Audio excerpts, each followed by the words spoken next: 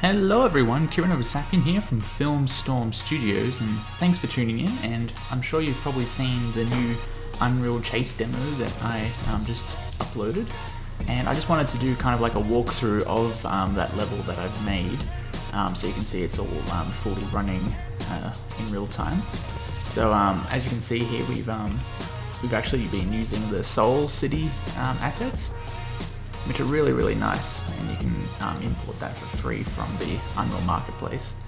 And inside the environment folder there's all these really nice models you can use, and we've just basically been just going through and placing them throughout the world, kind of creating some sort of a mini story that this guy is like a detective, and there's the bad guy on the roof up there, and he has to get upstairs to take care of him.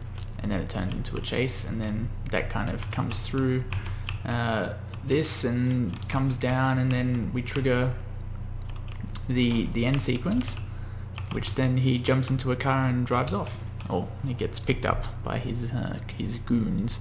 So yeah, so we're just gonna have a little look at how we actually kind of put this level together. It's not going to be like a super in-depth tutorial on how we did absolutely everything, but I just wanted to kind of explain how different pieces went together to kind of create this this demo. So to start off with, all I did was I just started placing objects everywhere to kind of give a general feel, like moving different bits and pieces. Like I grabbed walls and just started like to put pieces together, because I knew that I wanted to have a staircase, because my guy I wanted him to jump down a few levels. So I mean, I could have probably put an elevator in to make it not as tedious as running up 50 billion stairs, but just for the purpose of this demo, I think it was okay. And then I kind of wanted to populate the town just with these random robots kind of walking around, and these were actually just made with a simple blueprint, if I find it. So that's the skeleton. But if we come and edit this, and then this is actually the AI blueprint. I'm not actually using any AI systems because I didn't want to take too much time trying to build all that. So basically all I did was I just made like a normal character controller, and then just placed a prototype mesh in there, which was from the proto characters pack. So if we double click in here, this is kind of like what this is, and I kind of just moved some of the materials around just to make them look a bit different from the generic thing, to kind of give it like a slash through the face. So once I did that, we jump back into this one.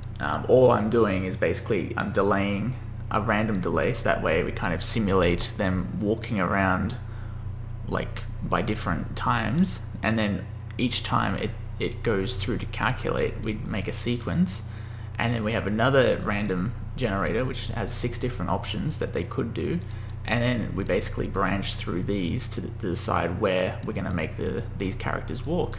And all I did for this is I'm just setting a vector, a goal location, and then I'm feeding that into just a simple move to location. So I'm just getting the actual controller of the AI, and I'm just making that that guy move through the world by using these random goal locations. So to make these random goal locations, all I did was just get a basic empty actor, just kind of moved it above the surface, and then I just grabbed each of these values.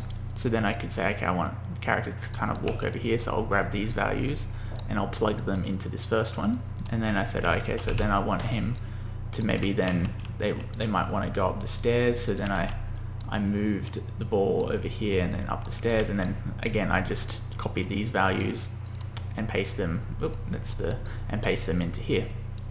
So that's all that is. And then the second sequence makes a move, so we're just getting the character movement.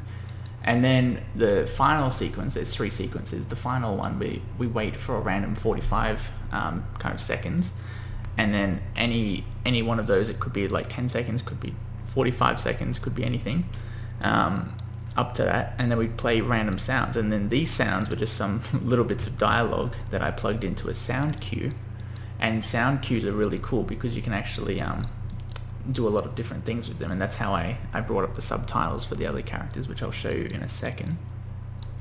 So here we have the wave player, and we have all these different little wave players with just all these different little mumbles that I did, that I recorded myself just kind of doing it, and then I just put a little modulation on it inside Audition. I remember the city back in the day. I wish it would go back to the same way it was. Yeah, it's not meant to like really make any sense. It's just so if you're like walking past it, it kind of makes the world seem a bit more interactive, and they're just having little whinges at everything. I'll play one more. There's so much dodgy stuff happening in this town. I don't know what to do anymore. I'm just gonna go home.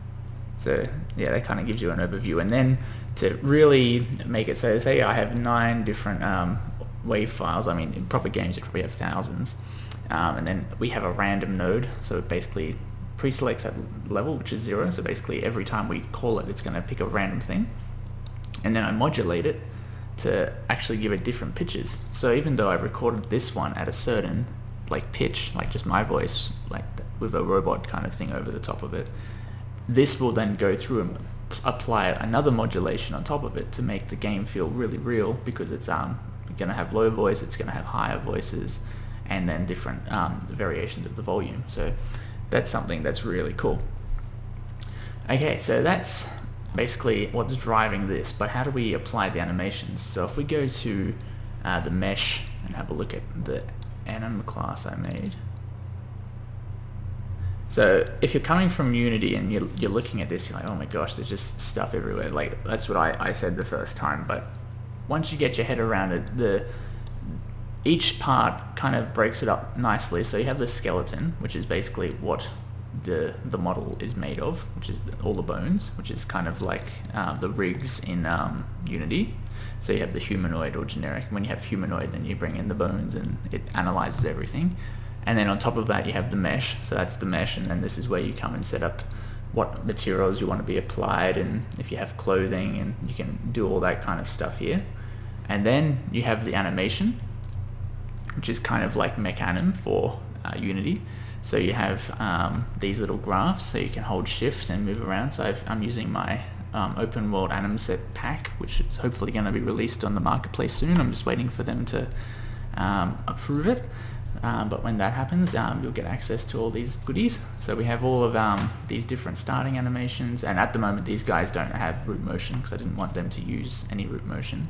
So if I just show you this guy, so we have walking, and then it goes to a jog, and then they go to a sprint. But this is kind of more for my character than the AI.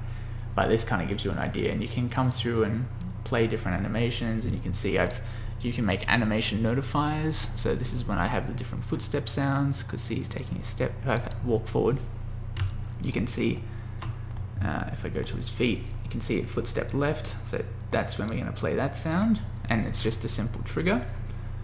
And then footstep right, footstep left, footstep right. So basically we're triggering those different things. But now how do we tell the character what to play? So in the animation blueprint, we use the final stage. This is what actually tells the game what's happening inside the character and what different things to play. I didn't actually do that much. All I'm doing is I'm just getting this pawn owner, and I'm just getting the velocity, because really the AI control is getting moved around by itself by this simple move to location. So basically all I'm getting is the there we go, just getting the velocity, so how fast it's going. We're then getting a vector length, which basically just says how far is that, and I'm just setting a speed. So then that speed then goes into the state machine, which is either going to be idling or walking. So if the speed is then greater than 4, then the guy's going to start walking, which is really cool. I mean, I think this would probably go up to about 200, because I think the speed is set inside of the character movement down where's walking, max walk speed, so 200. That's how fast he would end up walking. So then basically this is the total speed that's getting plugged into here. So when it's higher than 4, we're going to be walking, and when it's less than 4, we're going to be doing. And these are basically, again, like Mechanim, except this is this is basically Mechanim in itself, and Event Graph is kind of more like Playmaker, if you're from Unity and you're kind of trying to get your head around it. So this is where we set everything to run, and this is how it's going to run. So this is how we make all the transitions and everything. So yeah, that's really cool. So that's basically the this guy. And yeah, there's not much else to this one. This is the, let me just close these guys now. Just middle mouse buttoning clicking. So this, if you come up to blueprints and open level blueprint, this is where you can make very specific things that are happening inside this level. It's I found that this is probably the best place to put cutscenes and stuff, because the level reference, actually you can drag objects in to then trigger them like specifically for that level. And I mean, you're not going to have cutscenes that you've made play on other levels, because that just wouldn't make sense. So having level cut sequences inside these sequences makes it a lot better. So basically, all I've done for this is I just use one event, begin play, and then I trigger all the different conversations that are happening. So I have these different conversations that are happening on I think I have a few like little things here, like this guy, he's just gonna lean against the fence. So if I come and simulate there, so he's just chilling, but it's also triggering the cutscene. So that's those conversations, and then we have the opening cinematic logic. So this is how we actually trigger the cinematic at the start. I've actually had I probably spent way too long trying to figure this out, but it probably was fairly simple in the end, because I wanted the camera to blend dynamically straight into gameplay, and I can show you. I can show you that quickly. If we just go selected viewport.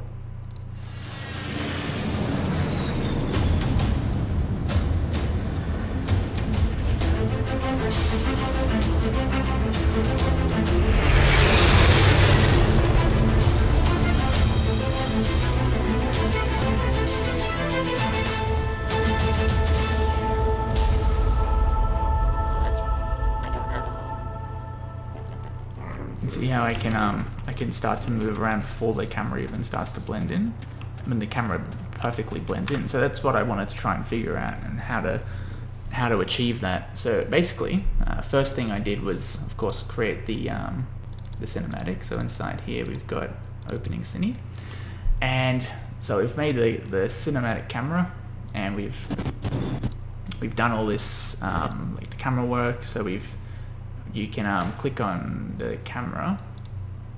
So this is this camera that we dragged into the scene, and then you can click these little buttons which add keys, so you can see all the keys here. And then just move the volume a bit lower. And then you can see that we can then make the camera fly through the world. But there was two problems that I managed to figure out, and one of them was wherever you create the camera. Let me just turn this off and get out of there. You can see this is the camera actor. Now when I first dragged the camera actor in, it was kind of like sitting down and like pointing that way, like towards the tree. And then when the cinematic finished, it actually cut to that and then blended in, and I was like, oh, why can't I just take that finished position and then just start blending into this camera? Well, apparently you have to have whatever this last keyframe is. So you have to go to the camera actor and go to the very end, to the end, and then get all of these values and then plug them in. So I usually just took a screenshot of it, closed it, and then went and plugged all those exact values into there. So that means whenever the cinematic finished, that would be the actual camera location, and then we could blend into that, the player's camera. So basically how we did that was we get a set view target with blend at the very start, and basically this is how you blend cameras inside Unreal. I keep going to say Unity, inside Unreal. And so we get the camera actor, and you can just drag objects straight in. So you can grab the camera actor and chuck it right there, and that's how you can get a reference to it. So you get the camera actor, you say that's going to be the player's new view target, and then we're going to get that player controller, and we're going to make that the target. So that's what we're going to set.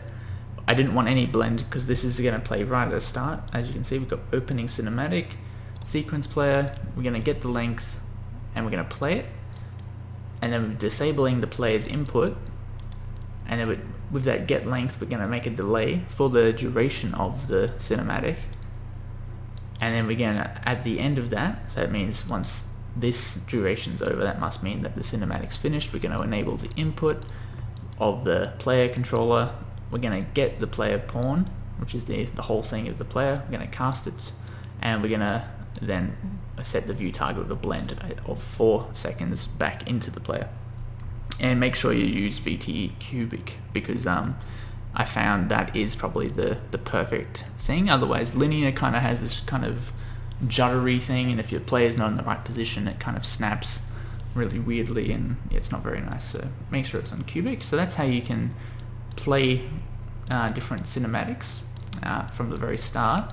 But I had this other thing kind of going on. This is actually the set. This is how I triggered him to start running, the bad guy. So if I come up on this stair, you'll actually see I've got this little trigger volume here. So I made this chase trigger, which is basically a volume, this trigger volume, so you can just drag these guys in and then make different things. So that's all I did for this one. So this is a chase trigger.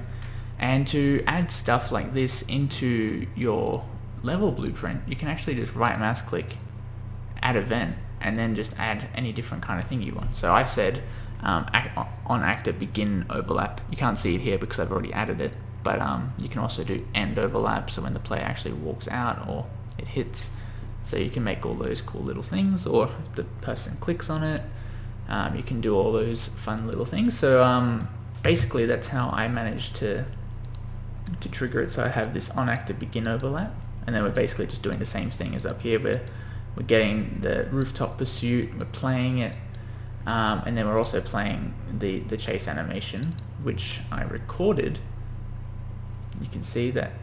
You'll never catch me, copper. So then I play the sounds there, and then we have the full recorded AI system kind of running, and he's jumping around. Now there's one really cool little technique, but I'm going to show you that in a future tutorial, because it takes quite a while to set up, and that's how we actually get this animation, so we can use it inside our system. So if I close that one, so we're playing that, and then I set the world and location of the actual bad guy, this guy, so that way I knew at the very start of this animation where he was in that world. So I need to make sure that he lined up perfectly with that, so that the animation would play correctly. And then at the very end, I destroy the chase trigger. So that's this thing, so the player can't just walk back downstairs and just keep triggering it, and then it kind of breaks the game. So you want to make sure you handle that stuff. And basically this rooftop pursuit, that was the longest sequence for me to make. And basically, if I drag it up, you can see I have all these different sounds playing, and we've also got different lasers.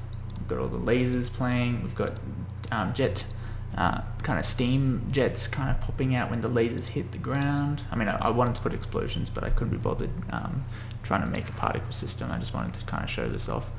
And then you have all the audio playing. So you have all the audio, you have the 2 lasers, you've got that, and you've got this Wraith Raider starship. And then if you click play, you can see when I trigger it,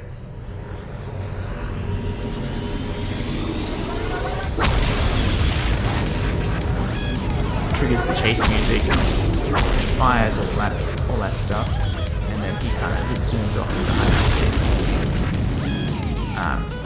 And then the music will continue playing until our player then comes down and hits this other alleyway, which is here. So you can see we've made this kind of like little alleyway system.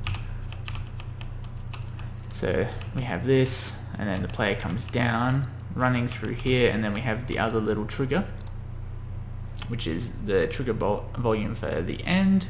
And when the player hits this, so this is the play sequence layer, so you can see we have another on actor begin overlap. When we hit it, where I just printed the string because I wanted to test it, because actually there was one other problem I had where all these guys were walking through the AI. So if I simulate, and then they all started to walk through. So So you see this guy, he's starting to walk through, and then they would all trigger the cutscenes. So I had to make this little thing. So I got the actor that hit it, and I wanted it to only equal my player's character. So only when I walk through it will this branch be true, and then that's when we play the arrival sequence. And then the arrival sequence is the final cutscene, level sequence, because basically all of these, only the first one uses a separate camera. All of these use the player's camera. You can see here I press play.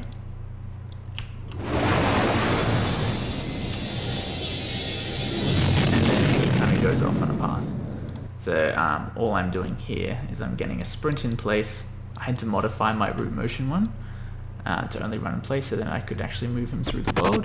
So he runs, this thing kind of pulls up, and then we blend to a jump animation on that player. So you can see he jumps, gets in, and then takes off.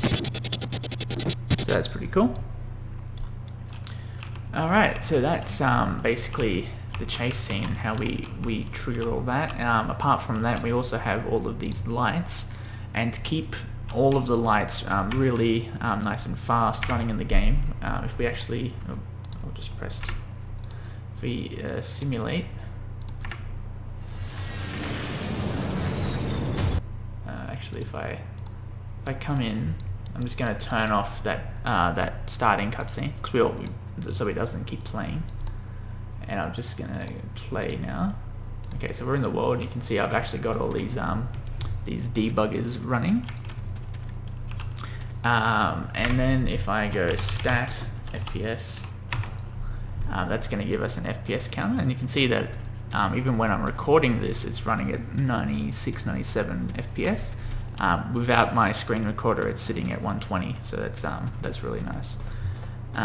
And then you can see that I have all of the things. So I have the direction of where the player is pointing. So that's -80. Actually, I'm just going to go stand over here because all these robots don't have any manners. So we have -90, which is left, +90, which is there, 180 or -180, so that way we can depend which way we're going to turn. So we're going to use the left foot or right foot. And then we actually have our full root motion system set up. So if I push that way, he turns. If I push that way, he turns that way.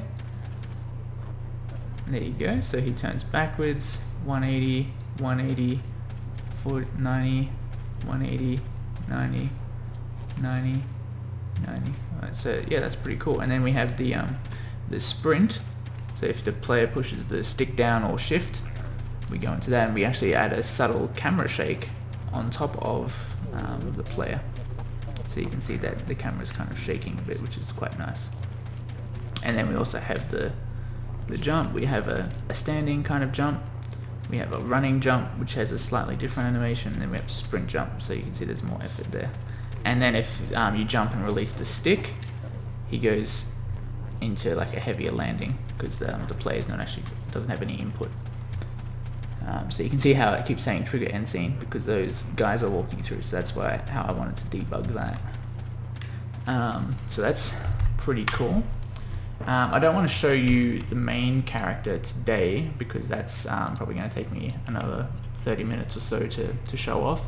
But this basically is it for how I made it. I mean, there wasn't really much else apart from just placing a heap of different objects everywhere. Like if I pull out, I pull back, you can see I've got all these things in the distance. I've got these big things. I've got this behind me, so each way you look kind of from these different directional lines, you can see there's like some sort of bigger city on the outside. I had a few jets flying over, and most of all of these things are really nice big shanty towns that were included inside of the environment pack. So you can see there's these really nice ones which are really big, and they really fill up the space quite nicely. It was one other thing that with these things I had to come in especially for these ones, because I used these for when the players were running over them. None of them had collision, so I had to come and generate all of the collision models for it. And you can come and do that by coming collision, auto convex collision, which opens up this, and then I set the hull count pretty high, so that way we can get nice accurate edges. So otherwise the player was falling through holes, which is never good. So that's how I set that up. Yeah, so basically everything is when you, and then because the scene was originally quite dark, I ended up doing a lot of work on the unlit, so that way you can place a lot of the objects much nicer. And then, I mean, the wireframe's pretty heavy, and then you have all of these, which is really cool. This is how you can see what the player's going to get caught up on. If I just slow the camera down, there you go. You can use the mouse wheel when you're moving with the right mouse button down, and that slows it down. So you can see that the player would always get hung up on these little edges, and then there was like usually some little sharp edges that the player would get hung up on. So yeah, if he was coming up here, he would hit these boxes. So this is a really nice little way to debug what your player is kind of going to be walking over. So it's really, really cool for level design if you're into that. And one final thing I wanted to show you, I'll just switch it back to lit. If you press P on the keyboard, this is actually the navigation system of where all these guys can actually walk. So that was one of the other reasons why I had to bake the collision onto these, because they were actually just walking straight through them, because it's like, oh, there's no collision. So I had to generate that, so you can see how it kind of broke all of these things. So they're like, oh, okay, I can't walk in there now. So then they managed to all figure out how to come upstairs. So you can see there's the green line, which kind of comes all the way upstairs, which was quite nice. And yeah, the navigation system is really, really cool in Unreal. And then I'm guessing once you get started using the actual AI systems, it would be a lot more powerful. Like, I had a little play around with it, but for what I needed, I just needed them to walk around like robots bumping into each other. I didn't really want it to be like a living city with real people. So yeah, that's really cool. And then basically this is just driven by a navigation or nav mesh bounds. And you can see that I just made it nice and big, so it kind of came up to here. So that way I just made it go to that second top stair, so that would calculate that. Yeah, so if I press P, that'll turn that off. And yeah, I think that was pretty much all there was to it. Not much else, just kind of refining it. The main stuff was inside the character controller to make that work quite well, but I'm doing a separate a full series on that, on how to actually make the blueprints and set that up with the animation system. So I'm just saying when the Unreal Marketplace is going to accept the animation packs, then we can actually get started on that. But I'll still be making the tutorial so you can follow. So apart from that, thanks for watching. I hope you found this insightful, and if you want me to actually cover anything in particular, just let me know and I'll be happy to do it. Well, thank you so much for watching, and I'll catch you guys in the third person character setup tutorial.